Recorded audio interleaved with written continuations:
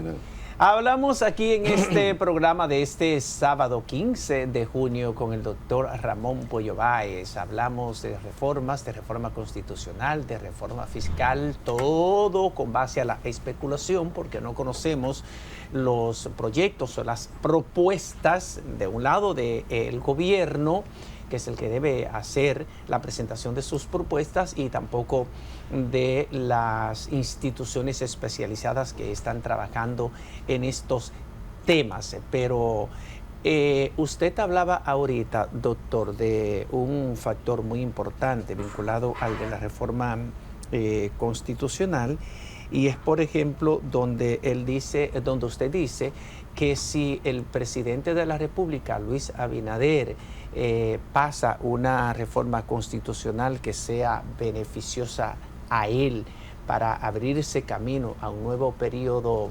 constitucional más allá del 2028, estaría creando una crisis de imprevisibles consecuencias. Y ya aquí la gente conoce muy bien el camino de la Plaza de la Bandera, ya aquí la gente sabe muy bien convocarse a través de las redes sociales y unificarse a través de las redes sociales. Lo primero que no se van a quedar tranquilos es la oposición, sabiendo de que en esa reforma, si va por ese camino, estamos especulando, lo que hay es crear un ambiente que va a perjudicar a la oposición para mejorar la situación a las posibilidades del gobierno. Lo va a pelear y va a lanzar a la gente a la calle. Por eso yo digo, tenemos que preservar la estabilidad, que eso ha sido uno de los elementos más beneficiosos que ha tenido la República Dominicana, la estabilidad económica y la estabilidad política. Eso nos ha permitido avanzar, desarrollarnos, crecer. Pero si volvemos a la inestabilidad política, volvemos a muchos de los países de América Latina que no avanzan por eso, por la terrible inestabilidad, tanto económica como política que tienen. El gobierno siempre ha querido hacer reforma constitucional. Recordémonos que al principio del gobierno comenzaron con una reforma para garantizar la independencia del Ministerio Público. Y crear el Ministerio de Justicia. ¿Te das cuenta? Eso fue ahí. Pero la oposición como que le cogió la seña y argumentaba eso que tú estás planteando. Pero eso es que es la idea, pero al abrir la Constitución, por ahí se puede meter todo. Al abrir la Asamblea. Sí, porque para reformar la Constitución, primero el presidente de la República debe enviar al Congreso Nacional un proyecto de ley que declara la necesidad de la reforma constitucional, donde debe dejar expreso el objeto de la reforma. Exacto. ¿Qué es lo que quiere el presidente o el Poder Ejecutivo reformar de la Constitución? Entonces se convoca a la Asamblea Nacional, pero tiene que tener, para poderse convocar a la Asamblea Nacional, una cantidad de participantes. Sí, una mayoría calificada. Exactamente. Entonces hay quienes plantean que una vez abierta, reunida la Asamblea Nacional, que en este caso sería Asamblea Nacional Revisora, sería soberana, y que cualquier senador o diputado puede hacer la propuesta que quiera. Entonces eso se somete al Pleno y lo que se apruebe de ahí es lo que va a quedar como Constitución. Ese es el gran temor. Eso es el gran temor, porque ya en ese momento hay quienes plantean que el presidente de la República no tendría control. Pero yo como periodista pienso que sí. Porque viendo los resultados de las elecciones del 19 de mayo, con más de un 57% que ganó Luis Abinader, ganó 145 de 190 diputados, el PRM ganó 29 senadores de 32, el presidente de la República se consolida como el gran líder nacional. Entonces, lo que él le diga a esa asamblea o lo que aprueben, ahí, él es el gran responsable. Es lo que tiene que aprobar. Claro. Es lo que tiene que aprobar. Claro. Y yo no creo que un partido abrumador, que un Congreso o una Asamblea Nacional Revisora abrumadoramente mayoritaria a favor del PRM aprobaría algo con lo que no esté de acuerdo el presidente de la República. Al gobierno que está, tenemos mayoría, la mayoría. Sí, muy bien, aplauso. Pero eso es una enorme responsabilidad, tener la mayoría, porque todo lo que haga esa mayoría, bueno o malo, es tu responsabilidad histórica. Entonces, yo decía en un comentario, eso de tener la mayoría es como la manzana de Blancanieves. Doctor, pero hace mucho tiempo que no se veía esto de que se concentre tanto poder en un solo partido político, porque sí se había visto, por ejemplo, cuando era Hipólito, el presidente que se tiñó de blanco el Congreso Nacional, pero no tenía tanto control de los municipios como ahora lo tiene este gobierno, que es quizás ese factor agregado. Pero no, lo importante es el control del Congreso, porque los municipios no pueden reunirse y modificar la Constitución. No, poder de decisión en ese sentido tienen los legisladores. Lo peligroso es el Congreso. Tener la mayoría en el Congreso tiene sus peligros, ¿no? Y tiene, si está bien intencionado y conoce sus límites y saben lo que es la historia, entonces pueden hacer, teniendo la mayoría, muchas cosas positivas. ¿Ves? Porque no todo es malo de tener la mayoría. Es una gran responsabilidad, pero depende cómo tú uses esa mayoría. Si tú la usas para atropellar a la oposición, pasarle por arriba, tomar todas las decisiones que tú quieras, aunque violenten los principios, las normas, o buscando favorecer a tu organización política contra la oposición, entonces eso crea problemas. Que, como yo decía, si hacen esa modificación, como se había planteado, eso puede provocar una situación de inestabilidad en el futuro, que eso no es lo que el país necesita. Hay que ser muy prudente con una reforma constitucional, muy prudente.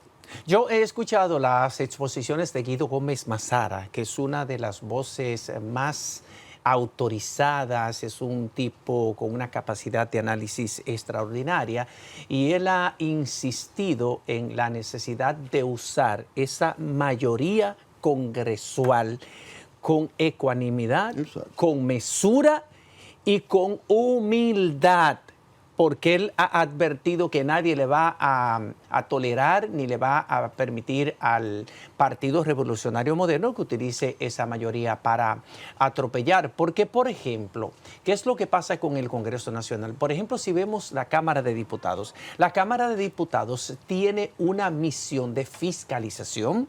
La Cámara de Diputados puede, por ejemplo, recomendar juicios políticos a funcionarios públicos que hayan cometido faltas graves. Entonces se lo pide al Senado de la República, y el Senado de la República es el que termina haciendo el juicio político. Pero el Senado de la República tiene, además de legislar, entre sus amplias atribuciones, escoger a los miembros de las altas cortes y de los organismos extrapoder. Estamos hablando de la Junta Central Electoral, que deberá escogerla a partir de agosto venidero, cuando se instale la nueva legislatura. El 16 de agosto deberá integrar una nueva Cámara de Cuentas que está totalmente inactiva, está haciendo absolutamente nada. Deberá escoger a los nuevos miembros del Tribunal Superior Electoral. Entonces tiene todo el poder el Partido Revolucionario Moderno para hacer eso. Y eso es peligroso. ¿Qué pasa, por ejemplo, en países como Venezuela, donde ahora van a hacer un proceso electoral y resulta que el Tribunal Electoral, mayoría donde está bajo el control del chavismo, dice, usted que es de la oposición y es la candidata, no está invalidada. Colocan otra, tampoco usted. Han invalidado a toda la oposición. Entonces, ese es el peligro de que cuando el gobierno tiene el control de las altas cortes que toman decisiones fundamentales, hasta la Junta Electoral, y se debilita la institucionalidad. Pues se va a pique. Se debilita la democracia y la institucionalidad de un país. Claro. Y en eso debe tener bastante cuidado el gobierno, porque como decía usted, todo lo bueno o lo malo que pase caerá. Al principio, desde que ganaron, aplausos, muy bien, ganaron, pero cuidado con eso. Sí. Doctor, a modo de borrador, como estamos hablando de borrador de una reforma fiscal y de borrador de una reforma constitucional, cuando hay un cambio de gobierno o cuando se termina un periodo gubernamental e inicia otro, aunque sea con el mismo presidente, la gente siempre espera los cambios y el presidente ya ha dicho que va a haber cambios en su gabinete. Claro. ¿Su experiencia qué le dice? No, debe haber cambios. ¿Cuáles? Siempre se dice que un segundo periodo no es tan bueno, por lo general, que el primero. Como que ya conocen al presidente, hay una serie de temas, no sé cuánto. Y que si y como se le está planteando ahora, no hace las cosas dentro del tiempo que le queda, o puede venir problemas, entonces el segundo mandato como que se puede tornar complicado. La gente pensaba que ya con el tiempo que ha pasado después de las elecciones, como que ya se iba a saber un poco más cuáles eran los cambios que iba a hacer. Es natural, entonces fíjate, hay otros elementos. Tiene muchísimos compromisos el gobierno, hecho en la campaña. ¿Dónde va a meter, por ejemplo? Yo estaba diciendo ahorita en la redacción, comentaba con mis colegas que yo no sé qué va a hacer el presidente. No hay cama para tanta gente. Bueno, va a haber disgusto, va a haber problemas. Todo eso va a haber.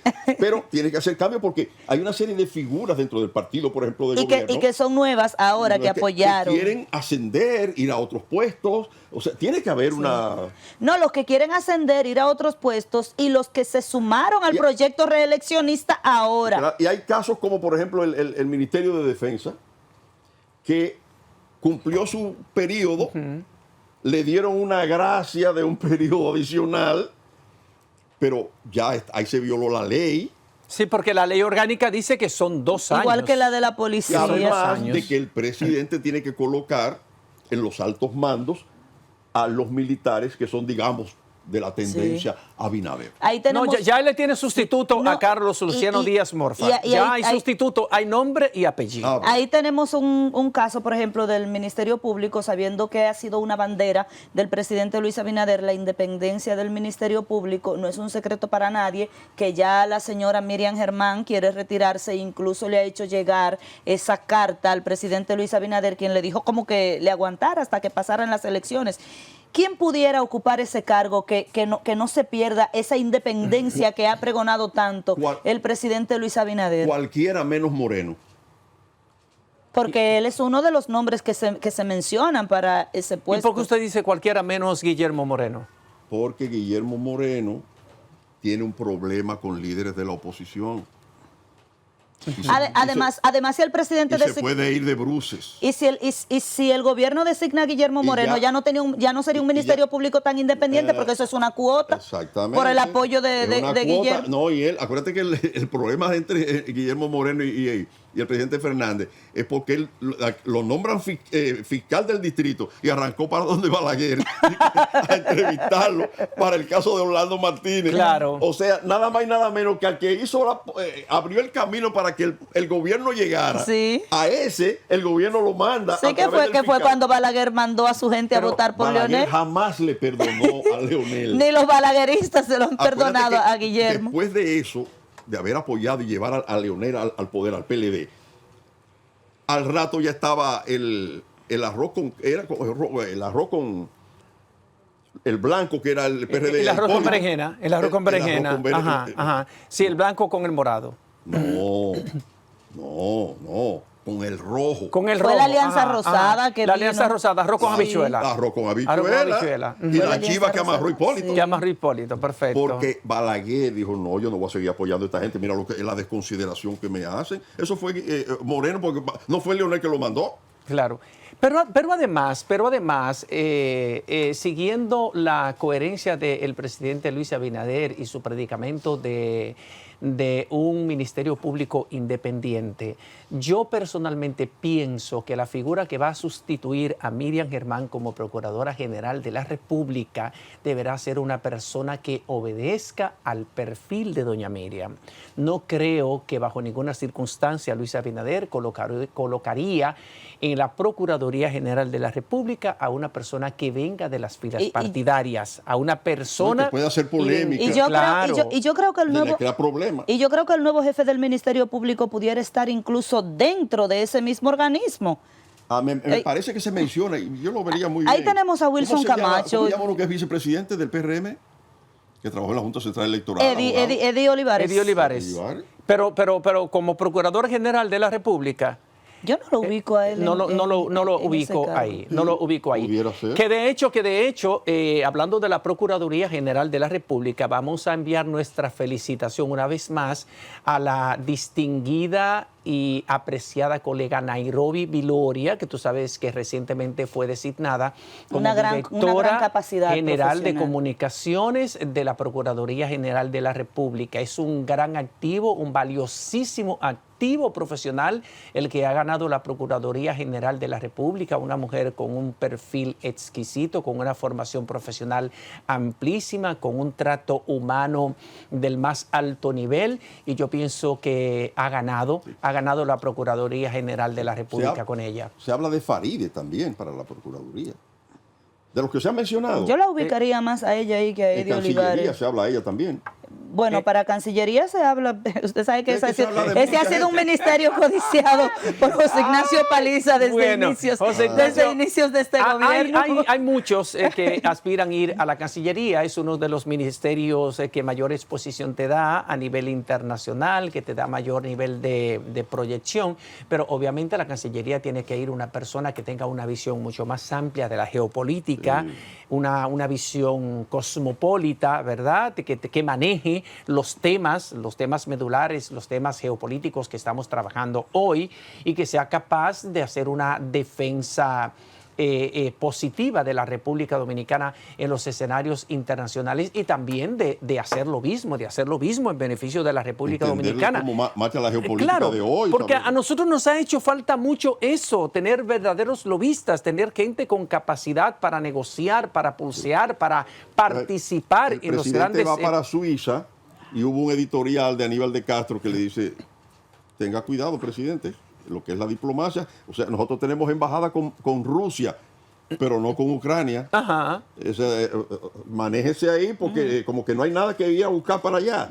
Ese es un tema que hay que manejarlo con delicadeza. Sí, él ha confirmado que va. Entonces lo que es una actividad relacionada con la paz. Lo que yo pienso como periodista, como comunicador, es que no creo que el presidente de la República va a enviar como procurador o procuradora general de la República a un político.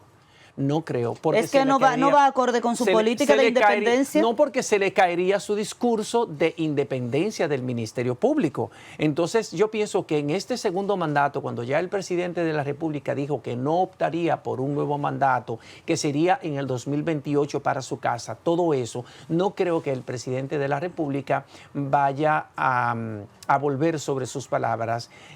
Yo pienso que él mandaría a la Procuraduría General de la República a una persona del perfil de Miriam Germán, una persona sin vínculos directos con el sistema partidario, porque vínculos aquí todo el mundo tiene, pero militancia y membresía. Entonces, Eddie Olivares es vicepresidente del Partido Revolucionario Moderno, eso pesa mucho. Faride Raful ha sido la segunda al mando en la campaña de Luis Abinader, ha sido la co-coordinadora a nivel nacional de la campaña de Luis Abinader. Entonces, Faride es una mujer política aguerrida, y yo pienso que enviarla a la Procuraduría General de la República lo que harían es cortarle las alas a una mujer que es una promesa de la política dominicana, porque Faride Raful es una mujer que tiene una trayectoria y un futuro político brillante, inmenso. Entonces, yo pienso que no es un cargo que coincide con ella, con su perfil. La Procuraduría General José de la Tomás, República. Y qué rápido se pasa una hora con el doctor Puello Báez aquí. Es que fluye ya nos tanto. Están diciendo que tenemos que despedir. Qué rápido. Vamos a invitar más a menudo al doctor Puello Báez aquí a este programa. Le damos las gracias a usted por estar aquí conversando con nosotros. Yo sé que ha sido de mucho provecho para ese público que nos sintoniza cada sábado. Entonces ya nosotros nos despedimos y les deseamos a ustedes que pasen un feliz resto del fin de semana. Gracias, cuídense mucho, cuídense del calor, hidrátense bien, tomen mucho líquido, mucha agua y usen ropa fresca porque las temperaturas estarán muy altas en estos días.